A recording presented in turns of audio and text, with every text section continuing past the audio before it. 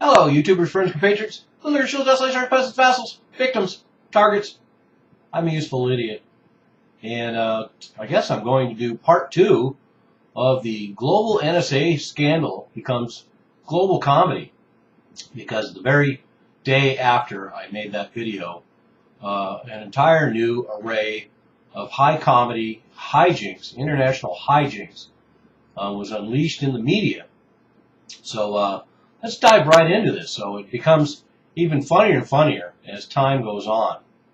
So now it turns out the NSA was spying on the Pope. So that's just built-in comedy right there. That's just funny shit. And then we have the NSA tapping the lines in between Google and Yahoo. And Google and Yahoo are now outraged by this. And that adds another layer of comedy because we have these corporate giants, especially these high-tech companies like Google and Yahoo, these telecommunication companies and internet giants who have been collaborating with the government all along, who also have their own data mining agendas and invade the privacy of their customers who are now outraged that the NSA is spying on them. So hypocrisy, of course, is always funny up to a point. So we have that. Now we also find out that Australia, one of the Five Eyes countries, that's Britain, New Zealand, Canada, Australia, and the United States. And this has been a surveillance agreement between these 5 countries for quite some time. And they vow not to spy on each other. But we're, of course, pretty confirmed in our belief that they are all spying on each other in spite of that agreement. And so now, as it turns out, Australia has been using their embassies all throughout Southeast Asia and that region to spy on those countries and then pass that information on to the NSA. So that's pretty funny shit.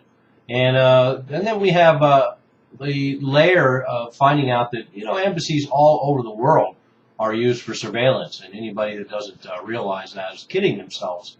So every country in the world that has embassies overseas, a lot of them generally are using those embassies as a hotbed for espionage, and I guarantee that nearly every country does that. And then there's another layer of comedy on top of all of this, again, because of the NSA spying, as we suspected right from the beginning, would be abused for all sorts of different purposes. And one of the revelations that came out several months ago was that NSA, people in the NSA, and even just people who are subcontracted to the NSA, were using the NSA spying capabilities to spy on their spouses and their girlfriends and boyfriends. And to take it up a few notches, now we have revelations that the United States has used the NSA to do financial and economic espionage on a global scale, justifying that by national security needs. Same way they justify spying on world leaders all over the globe based on so-called national security needs.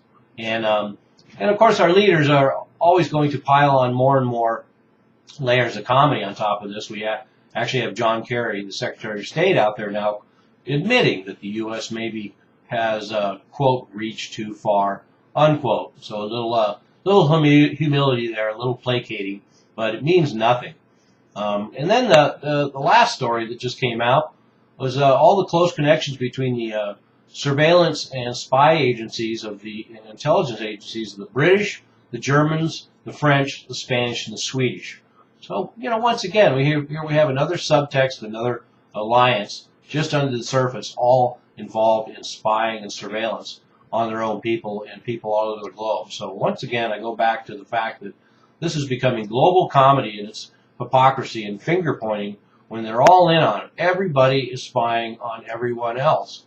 And the part of this that isn't comedy, the part of this that isn't funny, is the fact that an ex-CIA insider even admitted that even with all this information coming out, nothing will change. The surveillance state will march on and expand, and they will continue gathering data all over the globe like they're doing now. And certainly that has been borne out by history. We've become aware several times throughout the last 10, 20, 30, 40 years of massive surveillance, and nothing has ever changed. It's revealed. There's a lot of posturing from the public, and then it goes back to business as usual. And a good example of that is Senator Dianne Feinstein now, who now that her elite friends are being spied on, there's a certain amount of feigned outrage as she pushes an agenda to justify massive NSA surveillance, even to a higher degree than we have now.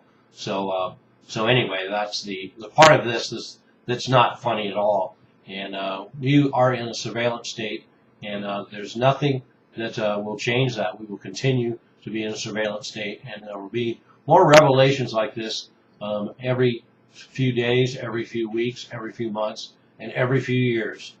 I'm a useful idiot. Don't you be one too.